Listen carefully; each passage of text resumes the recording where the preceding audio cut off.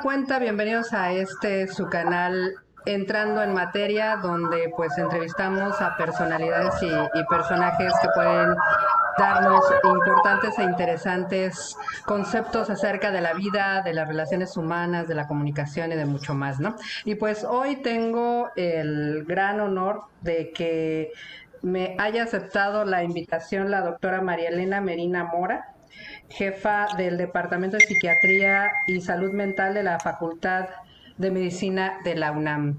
Doctora, pues primero que nada, muchísimas gracias por estar aquí, por tomarse unos minutitos para poder hacer esta plática. ¿Cómo ha estado? Pues muy bien, gracias. Bueno, dadas las circunstancias y bajo la preocupación de lo que nos hace estar en casa, estoy bien, afortunadamente mi familia también. Qué bueno, Muchas eso gracias. es lo bueno, ¿no? Que dentro de todo, pues al menos nosotros estamos un poquito bien, a diferencia que a lo mejor otros pues no tienen tanta suerte, ¿no? Así es, sí. Pues Pues uno doctora, no puede estar perfecto porque está preocupado por los demás, ¿no? Pero también eso sí, ¿no? Pues sí tienes que estar ahí con un toque de angustia, ¿no? Y justamente, pues quise platicar con usted sobre este tema. Usted tuve la oportunidad de conocerla a través del taller de periodismo que estamos tomando, que justamente la Facultad de Medicina de la UNAM, pues es uno de sus patrocinadores, por así decirlo. Y sí. pues hablamos ahí, o hablaba más bien usted y nosotros escuchábamos, acerca bueno, estamos dentro de una pandemia, de una situación pues muy estresante y hay un tema que a lo mejor no se le ha dado el peso que debería, que es la salud mental, ¿no? Yo quiero que usted nos platique un poco de cómo podemos la población tratar de salvar un poco nuestra salud mental en situaciones como esa, no solamente en este momento con el COVID, sino con otras cosas que a veces pasan, como por ejemplo si estuviéramos ahorita en Beirut, pues también ese tipo de situaciones y demás, ¿no? Entonces, ¿cómo podemos, a pesar de todas las grandes tragedias o de los momentos amargos que a veces nos toca vivir en la vida, pues cómo podemos lograr que nuestra salud mental no se vea trastocada, ¿no? Digo, yo sé que es una Pues sí. pregunta así muy, pero algo que a lo mejor nos pudiera mínimo ayudar un poco, ¿no? No, bueno, yo creo que es importante y su pregunta yo creo que está muy bien puesta porque en realidad es una pregunta amplia, pero el tema es amplio y lo Claro. que podemos hacer es mucho. Entonces, Ujú. digamos, no está mal. Creo que cuidar nuestra salud mental es muy importante y no es algo a lo cual le demos atención, ¿no? Claro.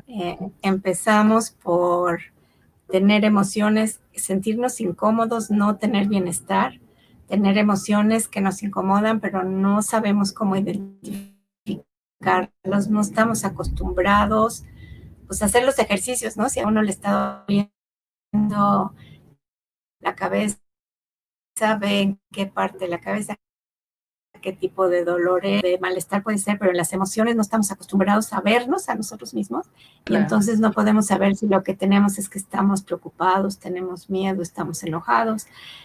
Y esa parte, pues necesitamos ejercitarnos y ejercitarnos para poder identificar, nombrar las emociones, vernos, saber qué nos está diciendo esa emoción, porque una emoción de miedo lo que nos dice es tienes que protegerte.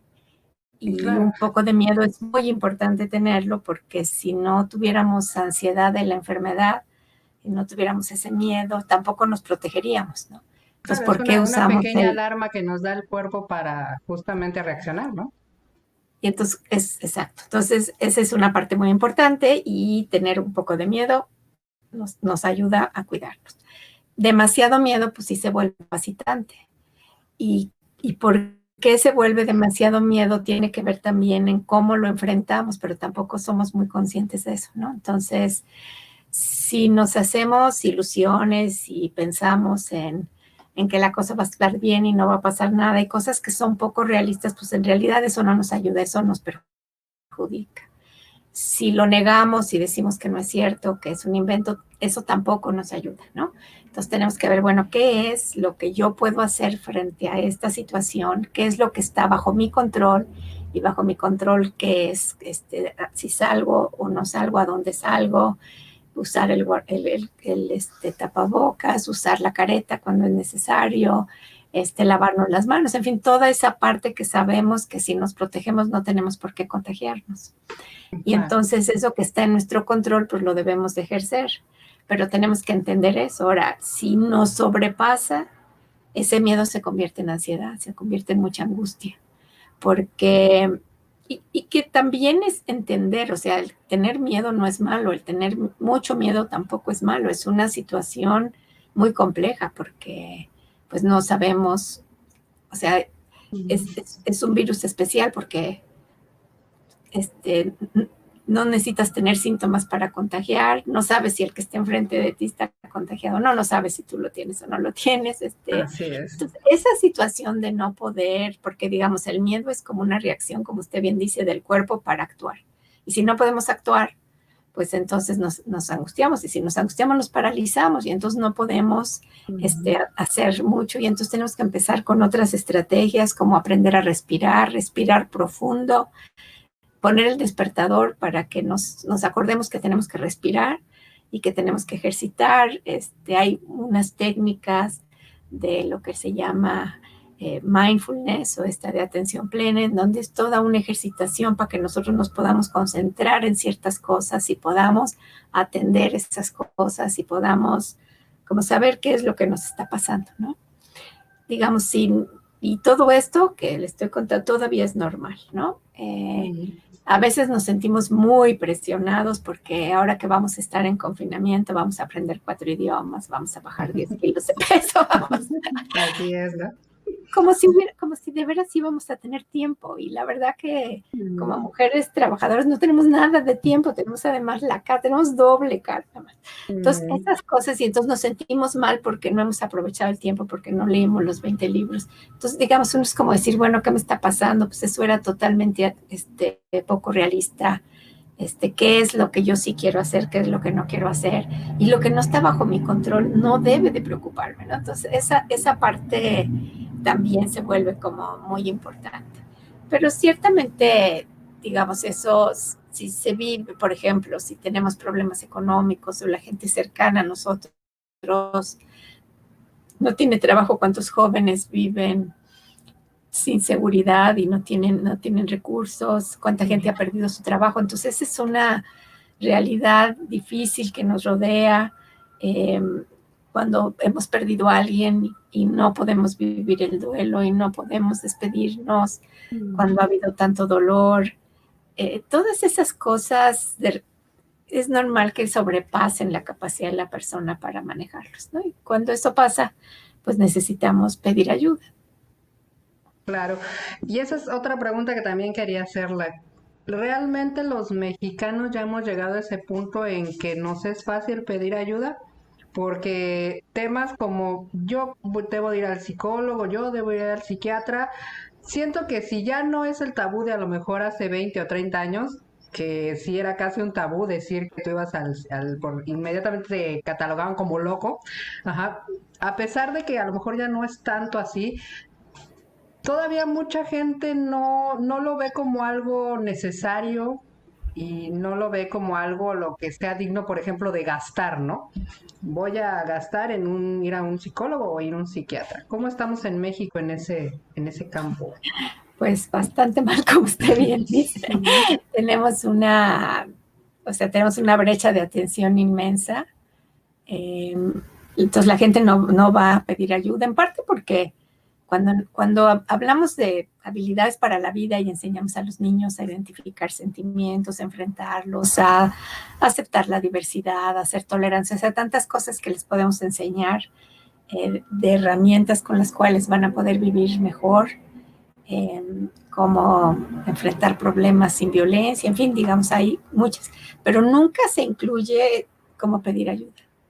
Y entonces, sí, también hay todas estas cosas de género, de los hombres les da pena, es una cosa de mujeres. Entonces, toda esta situación se vuelve muy difícil. Entonces, no sabemos cómo pedir ayuda, pero además hay este estigma terrible de si yo digo, entonces me van a correr y entonces no me van a querer y entonces Mm. No puedo ser débil. Y eso ha hecho mucho que los mexicanos tarden mucho tiempo en ir a tratamiento. Y Ujú. implica mucha pérdida, porque si un adolescente no puede, digamos, no dice que se siente mal y no se puede concentrar y no puede tomar decisiones y entonces no puede estudiar y entonces pierde la escuela, pues va a tener una pérdida terrible porque esa misma depresión antes o después es menos grave, ¿no? Claro. Y entonces esa situación hace pues, que la carga se vuelva muy terrible. Y claro, somos un país donde más personas vamos por primera vez a un hospital psiquiátrico que al doctor, ¿no? Porque ya, o sea, Bueno, si nos hasta el cuidamos. doctor la gente como que no va con mucho gusto, mucho menos a un No, psiquiatra, ¿no? pero más allí que no sé Ujú. si uno es que tardan tanto tiempo en llegar que ya hay muchas pérdidas. Entonces sí estamos mal en eso. Entonces una parte importante es como aprender a hablar de esto, de una enfermedad como cualquier otra. Eh, digamos, una persona que tiene diabetes, pues va a ir a buscar al doctor y a lo mejor va a buscar al doctor porque comió lo que no debía y no se siente culpable por eso. En cambio, si uno tiene depresión, que es algo biológico, que no es mi culpa, sí tiene muchísima dificultad. Entonces yo creo que Ujú. hablar, quitarle todo ese estigma y ir a tratamiento a tiempo. Ahora, no todo el mundo necesita un tratamiento de psiquiatra, de hecho, la Claro. minoría. Los trastornos leves se atienden con otro tipo de intervenciones, con platicar con alguien, a lo mejor sí necesita luego una psicoterapia, pero hay muchas técnicas de trabajo, de grupos que se reúnen, de consejería que funcionan muy bien y que no necesita ir a un doctor. Pero si no se va creciendo y creciendo, ¿no? Y entonces es parte del problema que luego ya no Ujú. quieren salir de la cama. Entonces sí tenemos que hacer eso. Ahora en la pandemia hay muchas opciones, ¿no? Hay opciones gratuitas. Ujú. Entonces hay una línea que está en la Secretaría de Salud, que está afiliada a una plataforma de la UNAM, donde las personas pueden hablar, tienen que contestar unos cuestionarios y dependiendo de lo que contesten pueden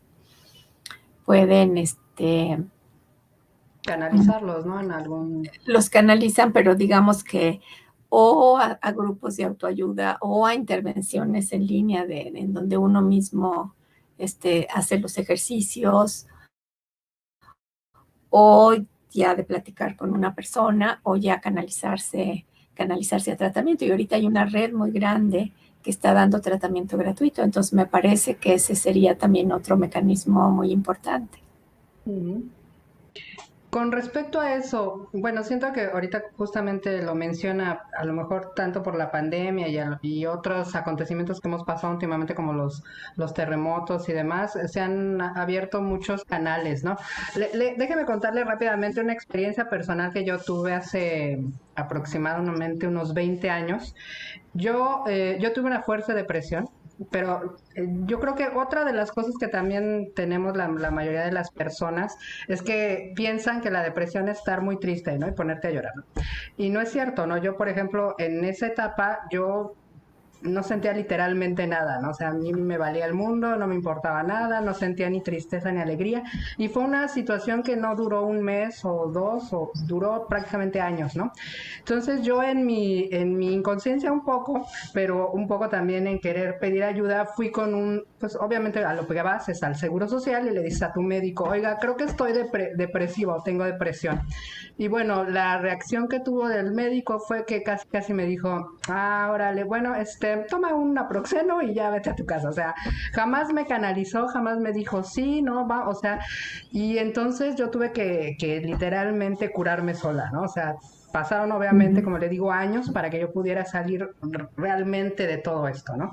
Entonces, ¿cómo andamos en eso? Porque en aquel entonces, le digo, yo corrí a pedir ayuda, pero el doctor me miró así como diciendo, sí, hombre, no me importa, ¿no? Y se supone que, bueno, serían los primeros en estar capacitados como para reconocer algo así y pues canalizarte ya con alguien, ya sea con un psicólogo o con un psiquiatra, ya si es algo más grave, ¿no? Entonces, ¿cómo andamos en esos? ¿Realmente estamos ya más capacitados? Esa primera línea, por así decirlo, sí está capacitado para decir, ahora sí te voy a ayudar. Pues se ha avanzado un poco, pero en realidad sigue siendo un problema, ¿no? Las estadísticas de encuestas todavía nos dicen que, por ejemplo, una persona que ha tenido un intento pasó por el centro de salud, no le detectaron la depresión y no lo atendieron, a pesar de que estaba en un centro de salud. Y muchas veces se piensa que se está inventando, en parte porque no tenemos todavía unos marcadores biológicos.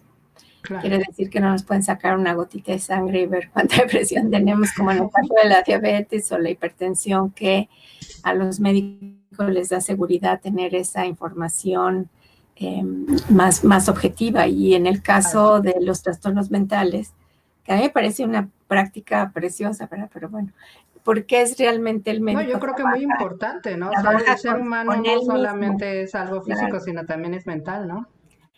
Y el médico tiene que trabajar con su ser para ser empático, para poder hablar, para poder ayudar a la persona que entienda lo que le está pasando y que tome las decisiones, porque ahí el que más trabaja es la persona, ¿no? Que está. Claro. Pero no los hemos capacitado para eso. Los médicos de primer nivel en las encuestas que hemos hecho piensan que la depresión no se debe tratar en primer nivel, y las personas que tienen depresión también piensan que el primer nivel no es el lugar adecuado, lo cual es una pena porque ahí se puede detectar de una manera rápida, y parte de lo que pasa es que como no es un programa prioritario, no tienen que entregar cuentas de cuánta gente detectan. La diabetes está íntimamente relacionada con la depresión, entonces una persona que tiene diabetes va a tener 3 veces más riesgo de tener depresión que una persona que no tiene diabetes. Claro. Cuando está deprimida no se adhiere a tratamiento y entonces es mucho más costoso el tratamiento, mucho más largo, con mucha más pérdida para la persona, pero les cuesta mucho trabajo pensar que ellos van a medicar, les da mucho miedo. Y a pesar de que el medicamento antidepresivo no es un medicamento controlado, o sea, no está en las listas de medicamentos controlados. Hay algunas benzodiazepinas que se da cuando hay mucha ansiedad o problemas de sueño, que sí están controladas, pero los antidepresivos no, pero de todas maneras les da mucho miedo tomarlo. Entonces sí necesitamos... Yo pensaría que los antidepresivos estaban controlados. No. O sea, que casi cualquiera puede ir a una farmacia y decir, deme un antidepresivo. Pues sí, porque digamos, siempre ¿No son peligrosos? Bueno, es bueno que el doctor lo vea porque tiene que checar la presión, porque tiene que checar algunos antecedentes de la persona para saber la dosis, cuánto, pero no son medicamentos adictivos, entonces no están controlados, ¿no? Es decir, que cualquier médico, el médico que está en la farmacia puede perfectamente decir que puede necesitar una persona después de evaluarle, después de ver sus signos vitales. Es decir, si necesitamos, cualquier medicamento, no es bueno automedicarse, pero no es un medicamento controlado, pero eso cuesta mucho trabajo, ¿no? Como usted dice, hay demasiado temor, entonces sí necesitamos poder hablar y necesitamos poder decir las cosas por su nombre, y desde luego, pues, lo que usted está haciendo, informar, para evitar los prejuicios y para evitar la mala información. Y claro, la verdad es que la gente tiene miedo que la discriminen, y la verdad es que sí, desafortunadamente sí hay discriminación, ¿no? Entonces tenemos que luchar también contra eso. Y contra... Ahorita que mencionaba que no era prioritario, ¿no sería necesario que fuera prioritario? No, por supuesto, no lo consideran prioritario, qué bueno que hace la aclaración. No está dentro de los programas prioritarios, por supuesto que ese tiene que ser el primer paso, es decir, la pandemia ha puesto de manifiesto un sistema que estaba totalmente quebrado, ¿no? Que ya había una brecha muy grande de atención y que ahora se incrementa, y se incrementa por varias cosas, porque el miedo que no es manejable y que viene acompañado de otras situaciones, las pérdidas, el enfrentamiento en la muerte, aunque no sea en una familia cercana, pero estar viendo todo eso en la televisión, estar viendo el sufrimiento de tanta gente, la violencia que se ha incrementado, también es un factor de riesgo para estos trastornos, el no poder hablar con las personas, el sentirse aislado, a las personas de la tercera edad que están abandonadas, todo esto está incrementando la necesidad. Y luego hay otro factor muy complejo, que es la secuela del coronavirus, ¿no? Y que sí se ha visto, y yo creo que va a depender de la persona, muchas personas que sobreviven al COVID tienen alteraciones, secuelas neuropsiquiátricas, que son graves, que pueden incluir la psicosis, y que la persona sufre mucho, ¿no? Hay personas que quedan lastimadas por un tiempo de los pulmones, pero hay personas que quedan con síntomas psicóticos. Entonces tenemos también ese problema, y entonces, como se ha hecho visible, también es que estamos en la grandísima oportunidad de lograr un cambio, ¿no? Y lograr, digamos, la brecha de atención. El factor más importante para la brecha de atención es la carencia de medicamentos. Entonces, si nosotros podemos hacer que las personas tengan acceso a medicamentos, que es un derecho, pues la habrá cambiado. Y entonces, claro, hay algunas personas que son resistentes y que habrá que entonces sí tener un tratamiento especializado, pero los demás pueden ser tratados en el primero y segundo nivel de atención, ¿no? Entonces, y comunitario, digamos, con un tratamiento ambulatorio. Entonces me decía, sí ha cambiado un poco, pero no suficiente, y yo creo que ahorita es la oportunidad, ¿no? Creo que tenemos una gran oportunidad. ¿Y el gobierno sí está abierto a esto? Pues digamos que siempre hay un grupo muy fuerte, muy bien organizado y muy trabajador, de gente muy joven, que están a cargo del programa de salud mental. Están haciendo un trabajo fantástico. O sea, que tenemos ahí una buena oportunidad, ¿no? De que exacto, sí. La doctora Lorena Rodríguez Bores, que es la que coordina el programa, el doctor Juan Manuel Quijada, que es como el jefe, y la incorporación de la atención a la salud mental en el tema de drogas, y de drogas en la salud mental también nos multiplica la capacidad de atención, porque digamos el 84% de las personas que tienen una dependencia grave tienen también un trastorno emocional, pero tenían que ir a un lado por una cosa y un lado en otro. O sea, estaba como todo el sistema muy pensado en la enfermedad y no en las necesidades de la persona. Y ahora que lo están incorporando, pues me parece que es una grandísima oportunidad. Entonces, este grupo que está trabajando muy coordinado, han estado capacitando a muchísima gente en todo el país, hicieron una cosa muy interesante, que es, seguro, se acuerda de los sismos y se acuerda de cómo había muchísimos voluntarios y que era un desorden terrible, ¿no? De los voluntarios, gente con muy buena intención, y muchos que sí tenían capacitación, otros que no, otros que iban a hacer cosas que mejor no deberían de estar haciendo, pero había este trabajo voluntario de solidaridad.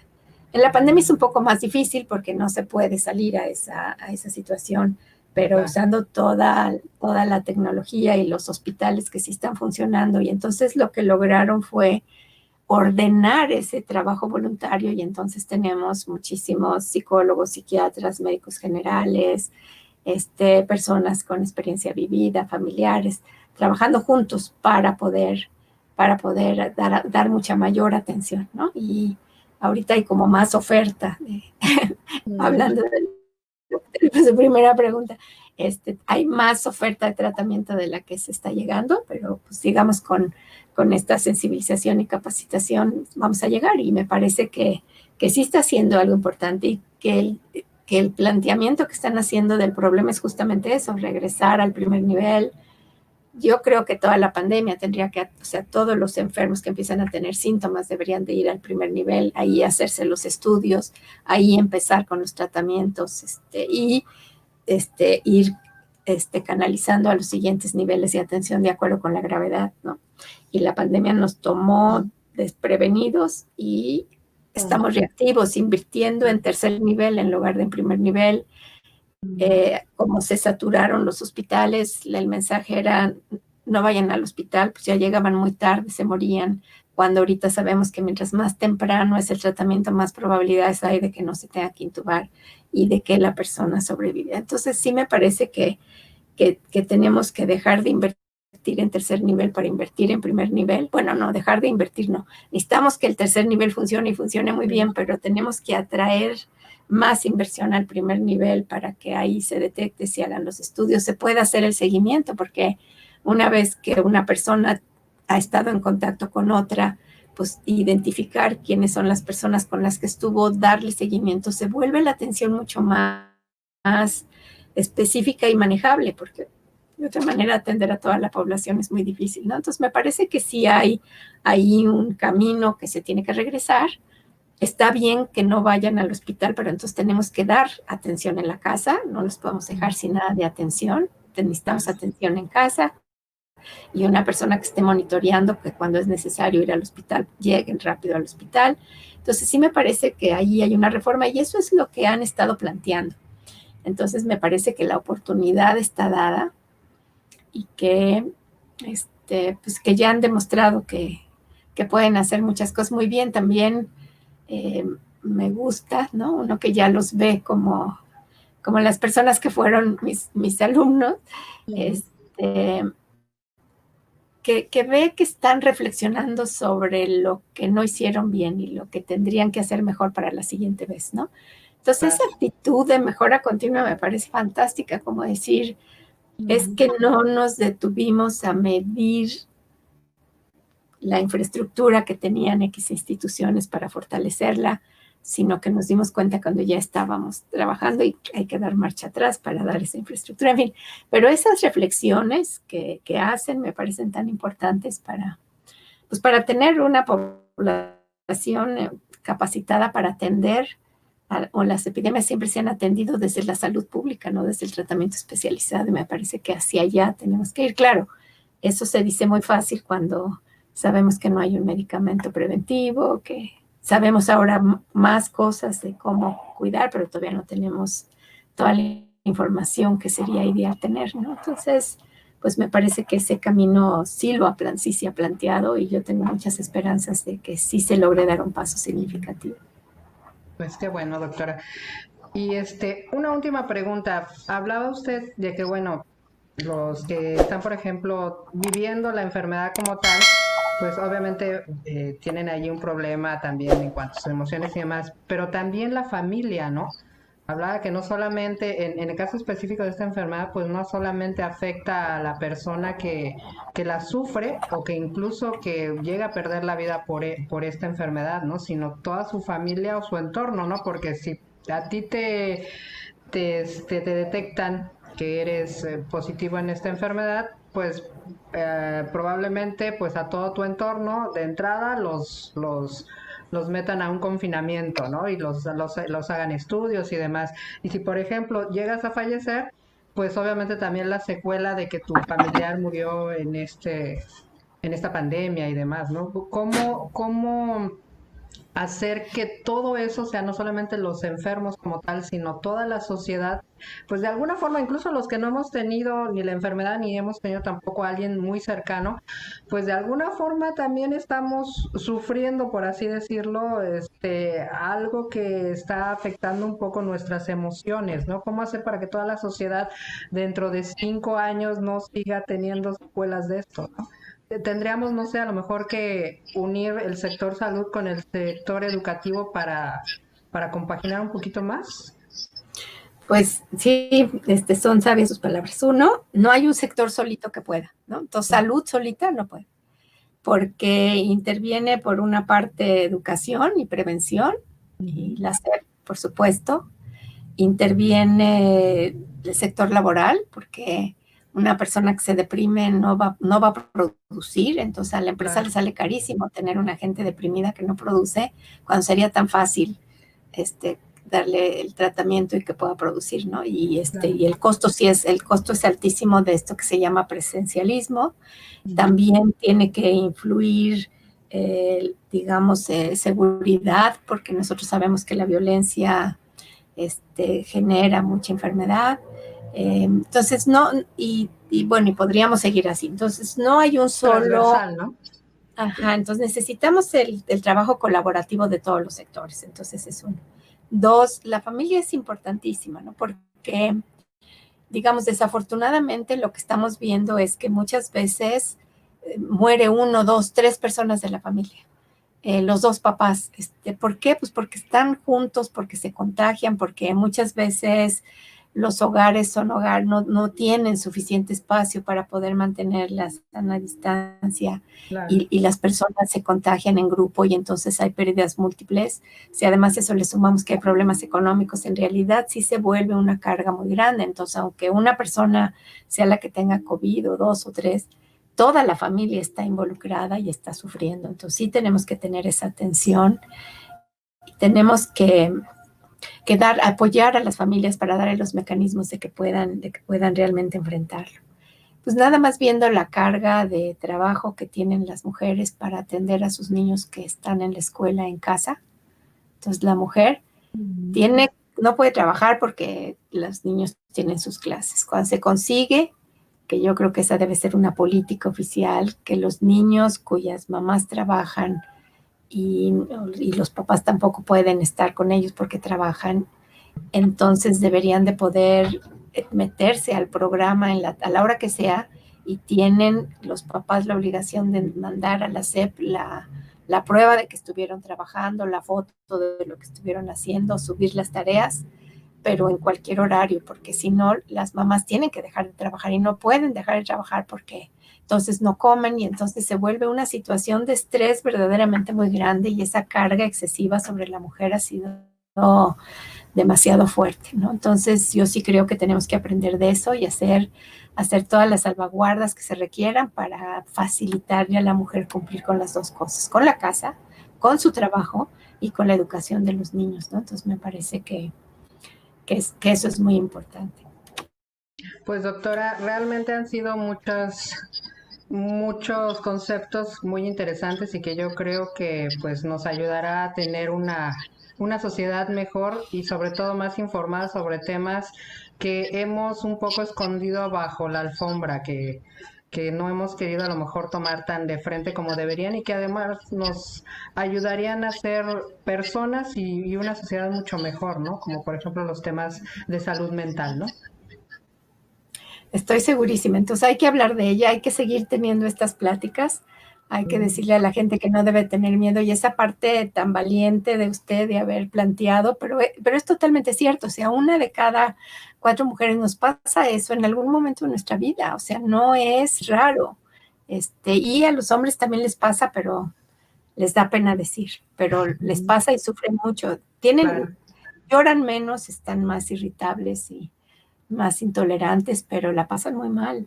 Entonces tenemos que hablar y tenemos que evitar que crezca de tal manera que ya tengamos necesariamente que tener acciones de tratamiento más profundas, ¿no? Sino empezar desde el principio. Yo le agradezco muchísimo la invitación para hablar de esto. No, doctora, muchísimas gracias. Pues le agradezco a la doctora María Elena Medina Mora, jefa del Departamento de Psiquiatría y Salud Mental de la Facultad de Medicina de la UNAM, que pues nos haya dado todas estas ideas que podemos tener para que pues en el futuro podamos tener una mejor vida, que al final la vida es tan breve, pues que deberíamos de tratar de que fuera lo mejor posible. Así es. Pues, Muchísimas doctora, gracias. muchísimas gracias a ustedes por escucharnos. Aquí estamos en Entrando en Materia y nos vemos la próxima semana. Hasta luego.